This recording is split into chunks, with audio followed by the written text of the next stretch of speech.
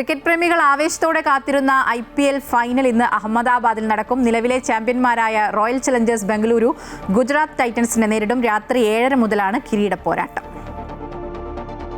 2 മാസത്തോളം നീണ്ട ആവേശ പോരാട്ടങ്ങൾക്കൊടുവിൽ IPL 18ാം പതിപ്പിന് ഇന്ന് സമാപനമാവുകയാണ്. തുടർച്ചയായ 2ാം കിരീടം ലക്ഷ്യമിട്ടാണ് റോയൽ ചലഞ്ചേഴ്സ് ബംഗളൂരു ഇറങ്ങുന്നത്. ടൂർണമെന്റിലുടനീളം കൃത്യമായ ഗെയിം പ്ലാൻ പുറത്തെടുത്ത ടീം ജയത്തിൽ കുറഞ്ഞതൊന്നും പ്രതീക്ഷിക്കുന്നില്ല. Chennai super Kings, Mumbai Indians എന്നീ ടീമുകൾക്ക് ശേഷം IPLൽ തുടർച്ചയായി 2 തവണ കിരീടം നേടുന്ന ടീമെന്ന റെക്കോർഡിലേക്ക് എത്താനാണ് RCB ശ്രമം. വിരാട് കോഹ്ലി, ദേവ്ദത്ത് പടിക്കൽ, ടിം ഡേവിഡ്, രജത് പട്ടീദാർ, വെങ്കടേഷ് അയ്യർ എന്നിവരടങ്ങുന്ന മികച്ച ബാറ്റിംഗ് നിര തന്നെയാണ് RCBയുടെ കരുത്ത്.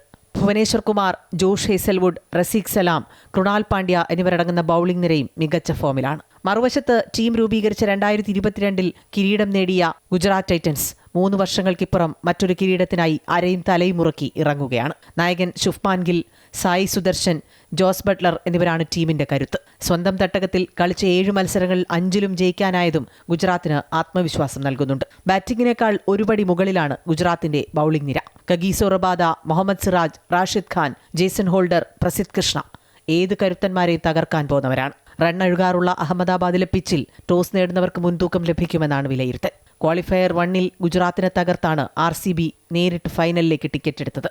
2ാമത്തെ അവസരത്തിൽ രാജസ്ഥാൻ റോയൽസിനെ വീഴ്ത്തിയാണ് ഗുജറാത്തിന്റെ ഫൈനൽ പ്രവേശനം. News desk, Amrita TV.